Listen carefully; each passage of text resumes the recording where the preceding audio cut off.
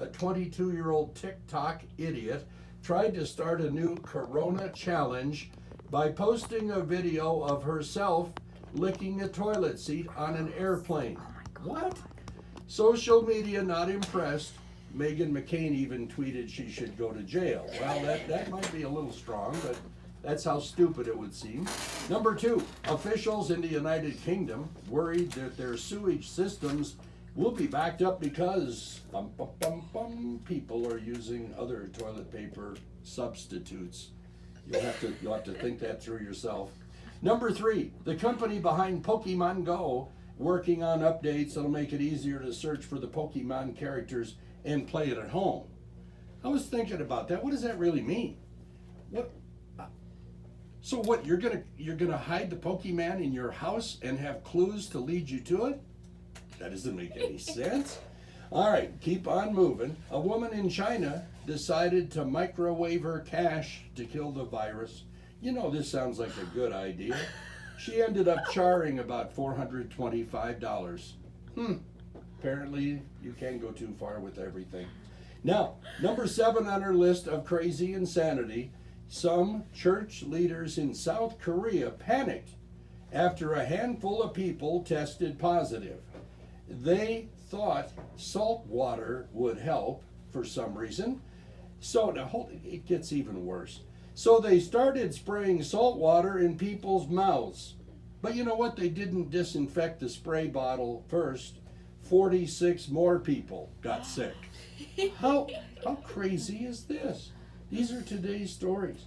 Now, number 8, a pilot in Austria, not Australia, they kind of look the same. Austria used GPS and charted a flight path to spell out the words "stay home." Oh, well, that one makes sense. Do we have any other ones? No. Huh. We'll stop with that line right there. We're starting to reach a lot of blue caution signs. And when they tell me in my show prep from the Kiefer Correspondence, when they use the word careful, they mean it. We'll stop right there. All right, we're not going to stop right here, though. We got more things coming up, Best Country. And we have a guest joining us, too, Jennifer Arrington, in just a few minutes right here, KCLV FM. No. Well, she usually does my 8:30. Somewhere in here she starts to wear Well, those talking points fit nicely in with what we're going to be discussing today. Well, good. I like to think. Is this a moment? CLV FM. Is this just the weirdest moment you might remember in your entire life? Yes. And what's weirder is every day replaces yesterday as being the weirdest moment of your life you remember. I know my son's like, Mom, I am freaking out. He's like, I never would have thought in my life that I would not be able to get toilet paper. You know, because I had both the boys on the phone with me last night, which it's been years since we've all talked together. So I was like, listening to both of them, and I'm like, oh my God, and Gregory's searching for toilet paper and can't find any, and Clayton's like, no, I got toilet paper, I'm good, but it's so strange that like, But that's the through main this. commodity that everybody was panicking over. right? Like, Well, because if we're quarantined, you can't run out of toilet paper. So we substituted though. We got a lot of baby wipes, we got a lot of Kleenex, because you can wipe with Kleenex. You know, I just told my parents, don't put any of it in the toilet, just put it, you know, in garbage. yeah. Well, prior to toilet paper being invented, what did they do? I know, I was like, get a washcloth and And use some a bleach washcloth, yeah. Yeah, so, But it's cool if you have plenty of toilet paper, but what if your water treatment system's good? You know, like, or what if your electricity goes down to the point, you know, I'm not saying that yeah, we lost that affects your electricity water, yesterday. but if you're buying all of these, you know, frozen foods or refrigerated foods and the electrical grid doesn't sustain certain things, then that's another issue. Oh, that reminds me, yeah, I didn't even think about that, but yeah, we lost power yesterday in the Bella Vista area. Did you? Yeah, my brother called me at like 5, he's like, the power's out, what time do you get up? Do I need to call and wake you up? And I'm like, no, like my alarm was on my phone. But my dad didn't have any oxygen, so he had been sleeping with no oxygen for at least an hour before my mom woke him up and said, hey, you know, like, we have no electricity, it's not coming back on. So he had to get up, he had to go outside, get his tank, he had his little Inogen for him to get up and do all that, but he just, you know, he had to get his regular tanks because The whole one wasn't Yeah. working. They need to have some sort of a serious Battery. signal when power goes out to let them know. Yes, Because I mean, somehow you have to know that the power's out Yeah. to do something. Because if you don't know, you don't know. right, Once you know, then you can do something. yeah. That's not good stuff. Is that your phone? It's Dwayne's. Oh, Dwayne's? I was is it- like, what in the It's world the is that? commander. Oh, you don't know. I have mine on airplane mode so it won't get interrupted whenever I'm videotaping. Yeah, because mine gets interrupted too. I'm like, dang it. Listen, I can help you guys out. I can still find flip phones for both of you. You can rejoin the telecommunications industry without internet. Think of it. It'll just be awesome. People just call you when they want to talk. They might text you otherwise. It's texting's a pain in No, the I ass, like the internet. but- Yeah. Thanks for the hookup. I was trying to help, you know. I do have a phone that's like that still. Really? Yeah. I kept it. I kept all my except one phone I sold for like $30, but before I got this one. When I find little things like that, I give it to my kids. Sure. Do you? Stuff like that. Yeah. 99.1 KCLV. Good morning. It's been kind of a foggy morning around the area. We're going to go with the 50% chance of showers.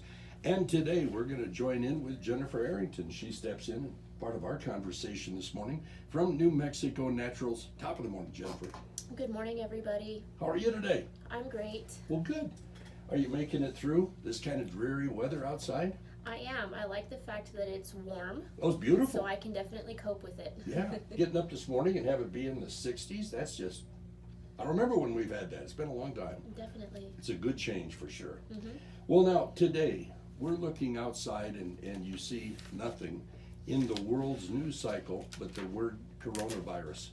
And some people choose to give it its official name, and that's all good. But to the average person, coronavirus is, call it what you will. And we see viruses all the time. We're constantly running into them, but I don't think the average person understands them. I sure don't claim to. And luckily, Jennifer knows a whole lot more than me, and she's going to share some of this today with us from New Mexico Naturals, because you have a background in studying viruses and how they affect people and what we can do to not be so affected.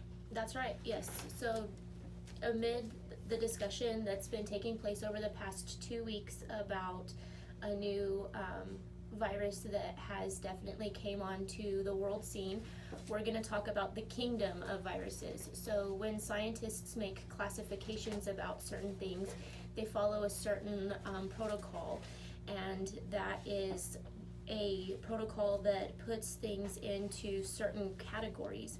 And we start with the domain, which is the smallest category, and then we go kingdom, phylum, class, order, family, genus, and then species. So what we're going to do is not necessarily talk about a specific virus, but we're going to talk about the kingdom virus, which is all of the viruses that have been identified since 1859, when Russian scientist Dmitry Ivanovsky started noticing that tobacco plants were being invaded by a certain type of pathogen. And back then, which was, over 200 years ago, there wasn't a lot of microscopic capability to understand the microbe world. It wasn't really until 1959 to the mid-1970s where American scientists were able to start culturing things inside of petri dishes and using more advanced microscopic technology to be able to understand what exactly this kingdom of microbes was doing as far as interacting with animals, humans, plants, and other living entities on this planet. How might be the question. How do we get viruses? How does it happen? And what do we have to watch out for? So a virus has to have a host, essentially the same way that a parasite does. A virus is not a living entity of its own accord. It has to invade something and then begin to use that host's energy and transcription capabilities through either your DNA or your RNA to be able to manufacture carbon copies of itself. So that's how we are essentially exposed to viruses. One of the ways that you can lessen your risk of being invaded by a virus is by having a hostile environment for them to not necessarily be tolerant towards. So you want something, you want an abundant amount of vitamin C inside of your body because of the, vitamin C is consistently sharing electrons with other cells and nutrients. And so with that type of electrical activity in your body, the virus has a very hard time with getting into the cell of your body. Viruses invade every single cell of your body. So if you are not using an antiviral that is going into every cell of your body, you're although you'll have an antibody to it in your immune system, you're still not necessarily going to recover at a rate that is satisfactory. It's interesting how you think about something you can't see, like bacteria. Someone left it there on a surface. Let's say that where they grabbed the door, obvious place. So they've been sneezing on their hand, they've been using a handkerchief in their hand, they probably haven't washed their hand, and they're gonna reach for a door handle. That's life. Now, here we come along, and we handle that same door. We try to be cautious, and maybe you grab it with 2 fingers instead of 5. Maybe you grab it with your left hand, and you normally eat with you. I mean, we have all these mental things that we try to think of to help us in this kind of a thing. But at the end of the day, we don't do very well. And I think the real problem we have trouble with is that somebody can leave something somewhere, and we can pick it up and take it with us later. And there's the connection right there. That's how things pass. Many people, I'm guessing, in the case of what's going on now, are going to end up having it already. Many people have had it. Christine, who's sitting here in the studio, Christine, go ahead and pull up the guest mic here. You're part of our conversation too this morning. Yes. You had an awful flu Yes. earlier this year. A lot of people did. Yes. Now, when they look back on this in time, will they say that was the coronavirus's early? Probably. We don't know that yet. This is too early to know. Well, there's certain symptoms that go along with the coronavirus. I was not having those symptoms. I was having symptoms of a cold, like with a runny nose, like major runny nose, and not feeling well. And it went on, see, part of the problem was it went on too long. Yes, it went on for at least a week of the nose just running and running and running. And we know people who have had flu-like symptoms for 2 or 3 weeks. Yes. And they've had the nausea, they've had the awful congested, they've had all. So Yeah. the truth is, when you have the flu or you have the coronavirus, you have 2 similar beasts.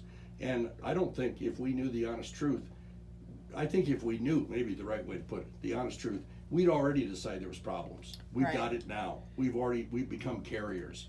I think so many people, we're getting the wrong message. When they hear the words that there have been no deaths in our local area, everyone just in their mind just kind of waters it down. Right. Well, that's today. Yeah. Tell me about this in 30 days. Will there be a death in our area? Be hard to believe there wouldn't. And we're assuming and hoping that there aren't any deaths due to it. course. We do have to watch out for people that are older, definitely, because with the coronavirus, it's like having pneumonia, is what they're saying. So you'll start off with a sore throat and a cough, and then not being able to breathe, having difficulty breathing. So they're saying for you to get on oxygen if you have those symptoms. And a lot of people, even there's a famous actor that I was reading last night, he had no symptoms whatsoever but tested positive. Yeah, and he's been in the hospital for several days in Australia. Yes, and some people are doing that where they're not having symptoms at all, they're not symptomatic, but yet they have it. See, that's the problem. So we're carrying it, we don't know we're carrying it, and we're giving it to other people Who could unknowingly Right. because we don't know we have it. Like I'm the type of person, I'm not a cougher. Like I do not usually have a cough when I get sick. Right. Like I'll have sinus symptoms normally. But it won't move into your respiratory tract. Exactly. Yeah. Boy, that's So- good if you can hold it there. That's so hard to Right. do. Mine always ends up in the bronchial. It has to run its full cycle. That's the end. Yeah. And that's the annoyance that makes it hard to sleep for weeks because you rattle when you breathe. And all Yeah. that kind My of. son is a cougher too. Oh, My I hate that. oldest, he's constantly coughing. Well, now, if we can, Jennifer Arrington again joining us from New Mexico Naturals. We want to focus, if we might. Jennifer, we've talked a little bit about everything to do since it's totally non-toxic Tuesday. Yes, Today, what did you officially declare this totally non-toxic Tuesday? I declared it Viral Awareness Day. Perfect. Well, good. Well, we're talking viruses. I That wanted makes to sense. touch on Christine's point though about us transmitting stuff and being asymptomatic. One of the interesting things about human DNA is that we have a set of code that comes from the very original maternal contribution to all of our DNA. And these viruses have been around longer than humans have been around. And so as we have progressed as a species, we have these codes and these antibodies and these referrals on our RNA or our ribonucleic acid, which is in the nucleus of every cell that can identify and help us with mitigating these particular pathogens that are in the microscopic world. So some of us may have already had some type of an exposure. It could be, 40 years ago, or it could be 4,000 years ago from one of our ancestors that has already given us that particular ability to fight whatever it is pathogenically that's trying to invade our body. And then there's other people that may not have necessarily gotten that code or that set of directions on how your body is supposed to respond to things.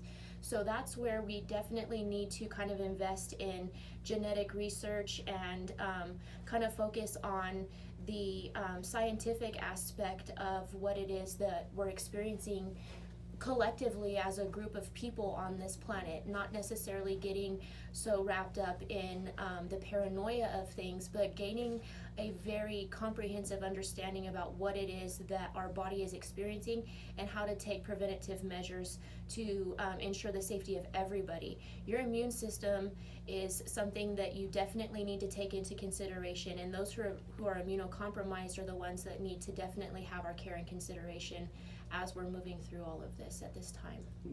The only answer is we have to become protectors. Yeah. We have to be that person to break the chain.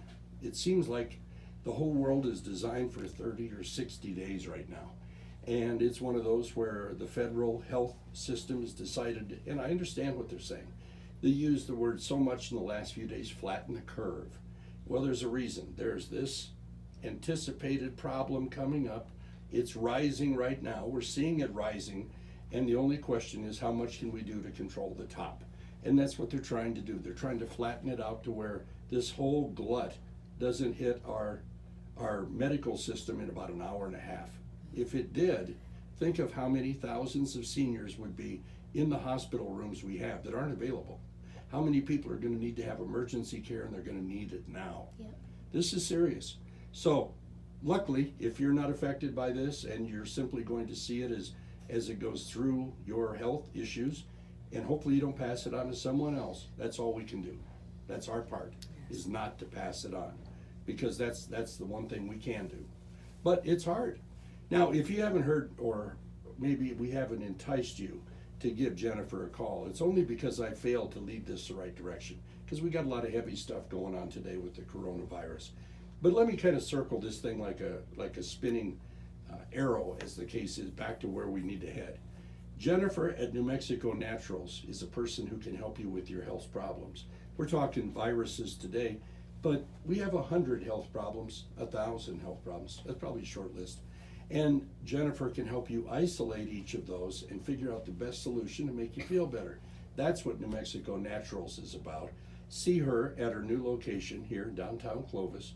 Reach her on the phone, 742-8053, 742-8053. Put her in your corner. Let her help out with your health needs. Yes, definitely. Thank you so much for that, Rick. And if anybody's concerned about taking any form of supplementation or getting any assistance in boosting their immune system, I do have a product called Viralib.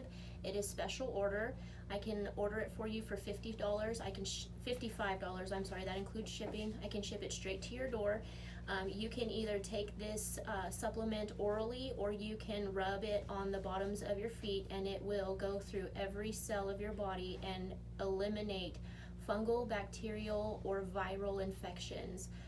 It is made with holistic herbs, and I would encourage people to anoint their feet with it rather than take it orally, because it is tremendously bitter and very off-putting as far as taste is concerned. But this particular product is highly effective with being able to rid your body of the pathogens that we are discussing right now, and really help with being able to keep the community safe in a very effective way. There's another product that we can carry. It's called Pure. It's made by Pure Bioscience. As of right now, this particular product is on back order.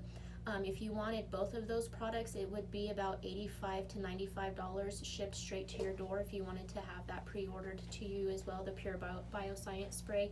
And it will, it's a hard surface spray. You would just spray it everywhere that you know that you're going to be coming into contact with, and it will kill all pathogens on that particular hard surface for 24 hours.